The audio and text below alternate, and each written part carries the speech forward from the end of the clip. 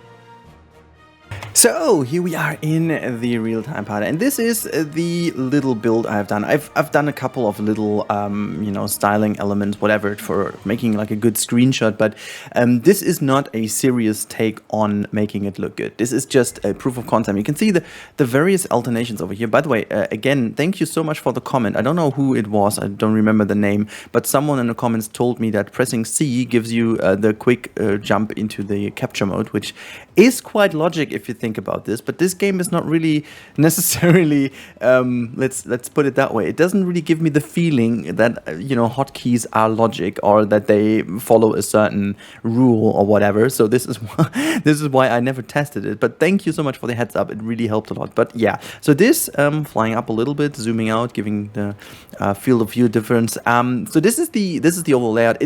Of course, it's a lot too much, you know, this is just kind of overkill, as we have 7 or 6, 7, how many different species do we have? Can we actually even hatch? I have a hatchery somewhere, there's one.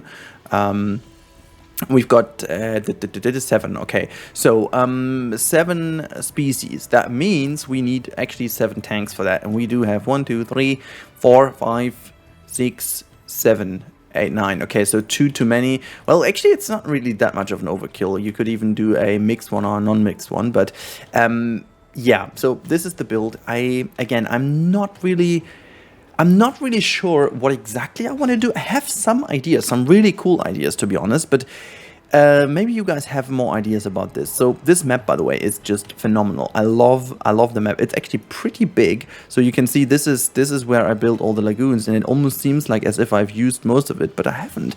Like if you go all the back in the back here, you can see this is all still part of the map.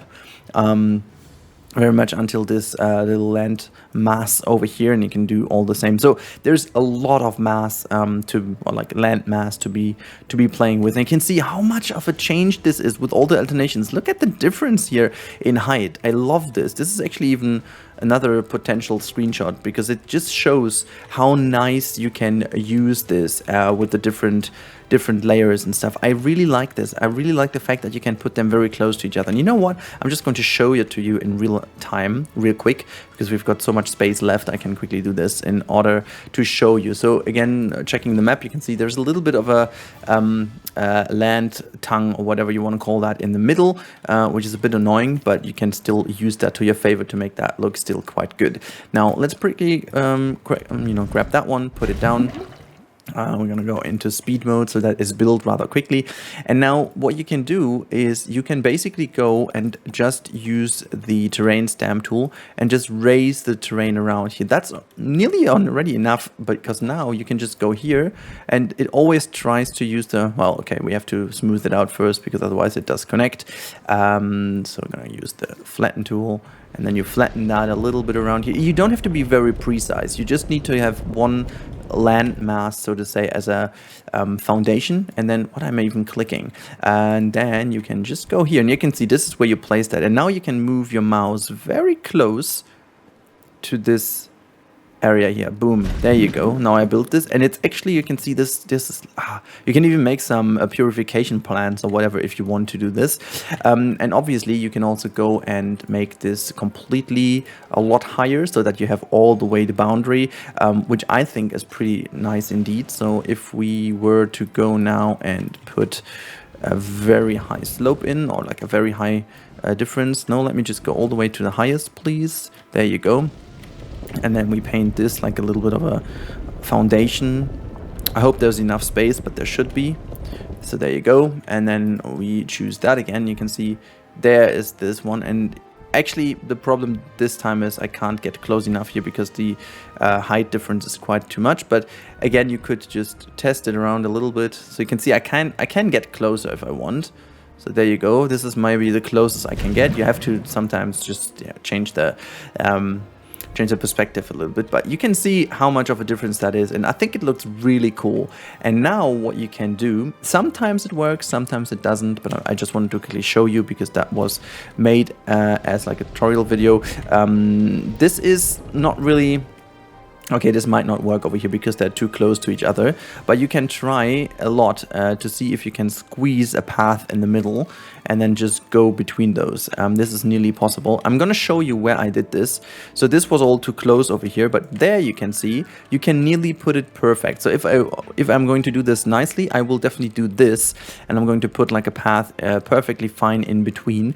You can't do this before, you have to do it afterwards, because otherwise the game doesn't let you put the lagoons down. But I think it's very much worthy to note how cool this actually works. I mean, just look at that. You have all these alternations here in height, and it just works. Look, I mean, this looks pretty cool. You have got these different heights, and it just looks really cool because you have the different steps in there, and it makes it all look so much more dynamic. And I really like the fact that it does work this way, because else you always have the same type of height, and I don't know, I think it just looks boring after a while if it all is on the same height. And I have done this in several parks already, so I will need to adjust my building style now to use the terrain to my favor. But I mean, just look at this. Just look at all the lagoons in the different height variants. I just like that. I just like that a lot. Anyways, that should be enough. I don't want to make this unnecessarily long here. I hope you guys enjoyed this little video to show you that you can alter the different lagoon layers, and I really hope that you guys are interested to see the final result of what this proof of concept is going to lead to. And now I hope you guys are going to have a wonderful Sunday, and make sure to check out all the other videos if you haven't already, and please let me know in the comments down below. First of all, I want to know, what's your favorite of the marine reptiles? I'm gonna say it's still the Mosasaurus for me, or the Epedemic. I'm not sure. Maybe I'm gonna go with the Epedemic though. But yeah, let me know which one is your favorite, and also what you think we should do with this little tip of having the different heights of lagoons. So thank you so much for tuning in as always. If you guys want to see more of that stuff, just stay with me. There's more coming. And yeah, thank you so much for the support. Have a good time, and goodbye.